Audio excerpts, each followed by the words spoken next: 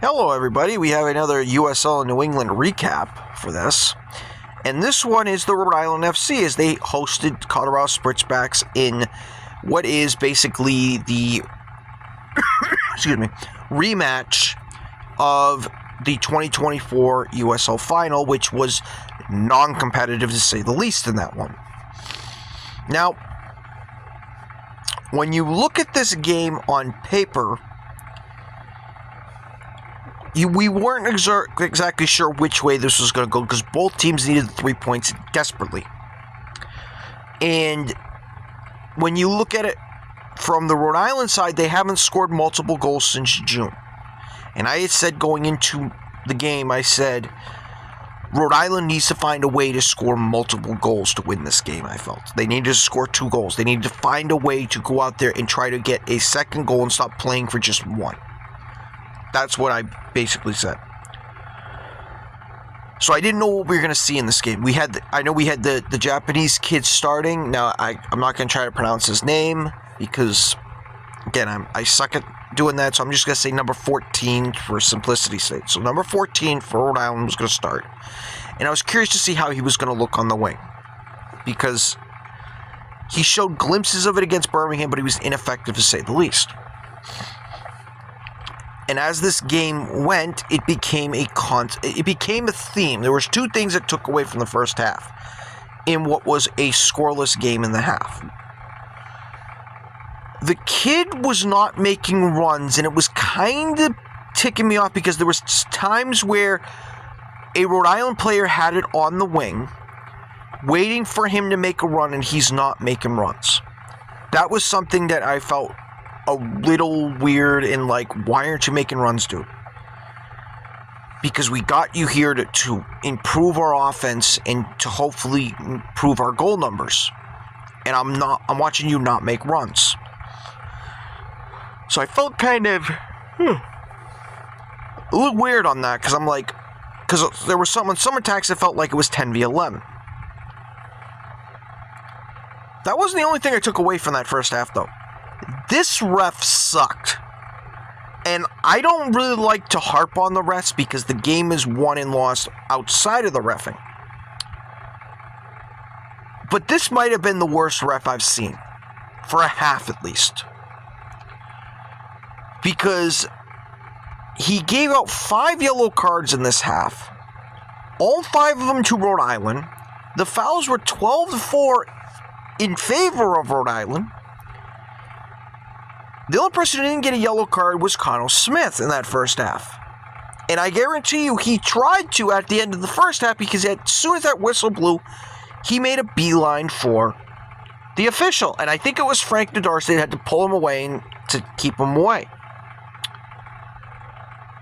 But why was this ref so bad if you didn't watch? So there were 3 yellows of the 5 that I thought were legit. The first one was Quezera, because, again, it's Quezera. He just loves to pick up yellows for stupid reasons. He argued a throw-in, and then I think threw the ball away. But I don't think that's the reason he got his yellow card. I think it was per dissent because he was running his freaking mouth at the ref. So that's where he got a yellow. And that was really early in the game. That should have been a sign. The 2 other yellows that I felt that I agreed with were... One of them, and again, this is in no particular order.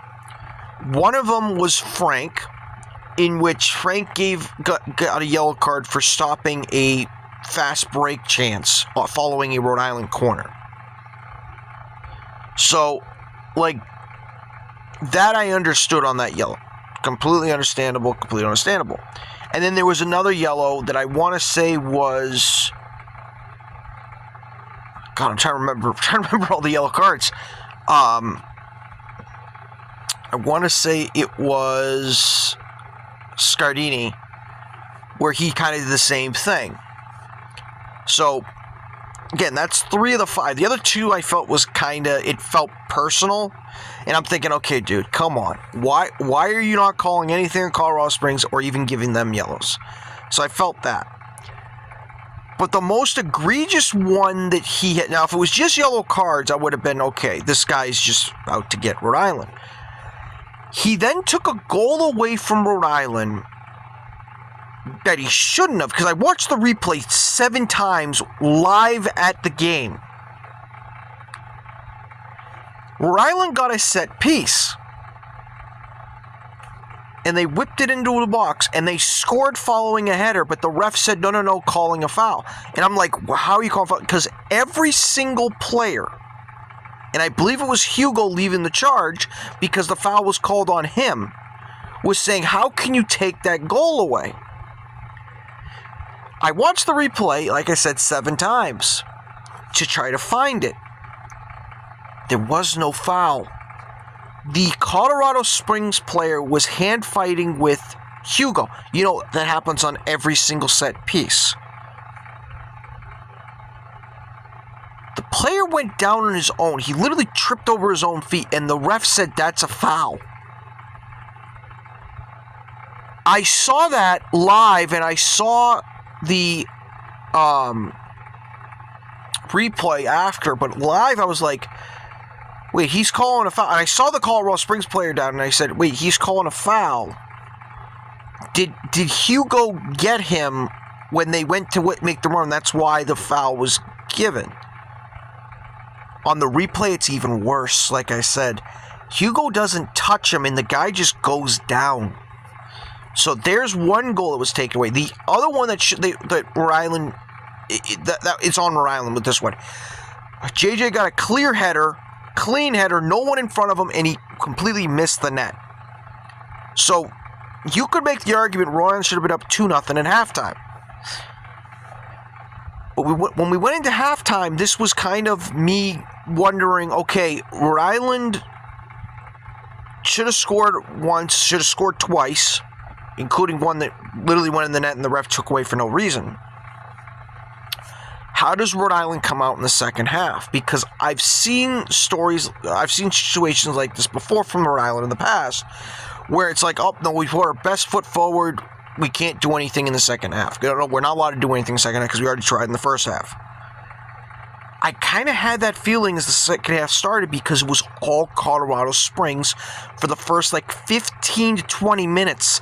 The ball was in Rhode Island's end and they couldn't get it out. Koke had to make some really good saves, and he kind of redeemed himself from last week where he was a complete and utter disgrace and the reason why they lost.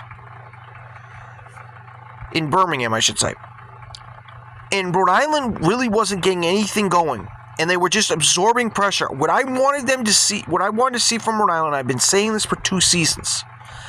Play counterattacking, absorb the pressure, and catch your opponent when they're stretched out. This is what Hartford did last year, and they were very successful at. I was waiting for Rhode Island to do the same thing.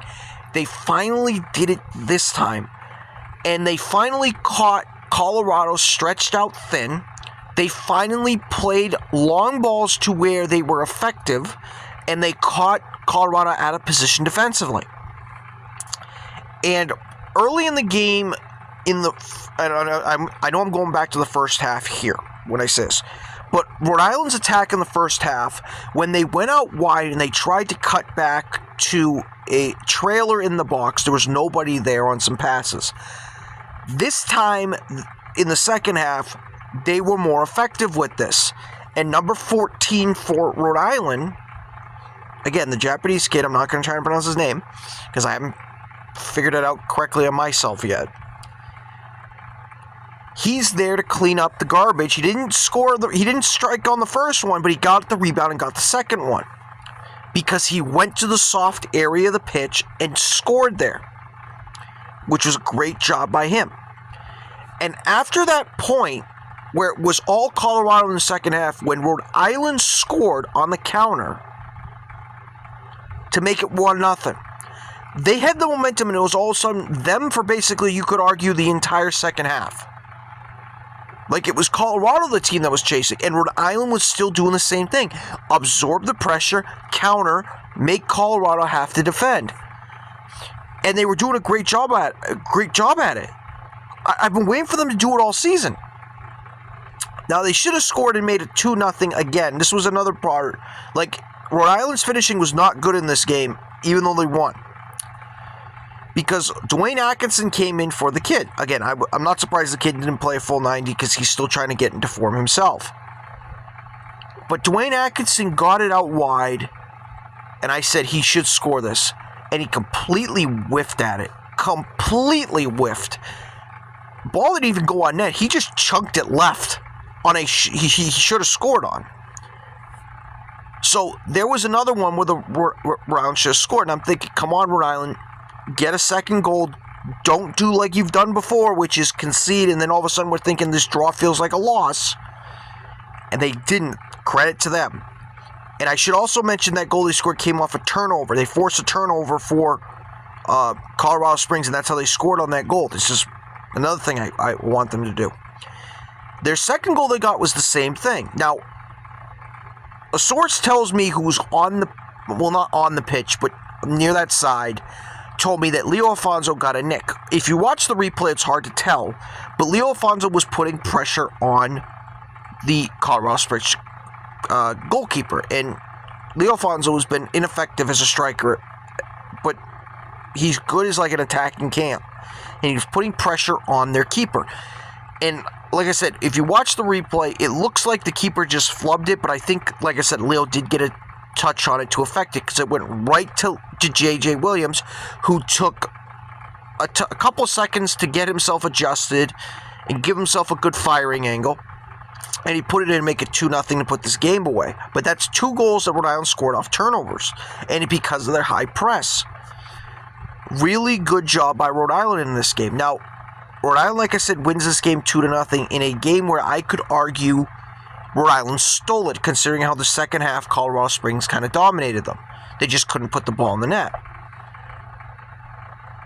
But I do look at it this way. This game was probably their game of the year so far, because it was that impressive.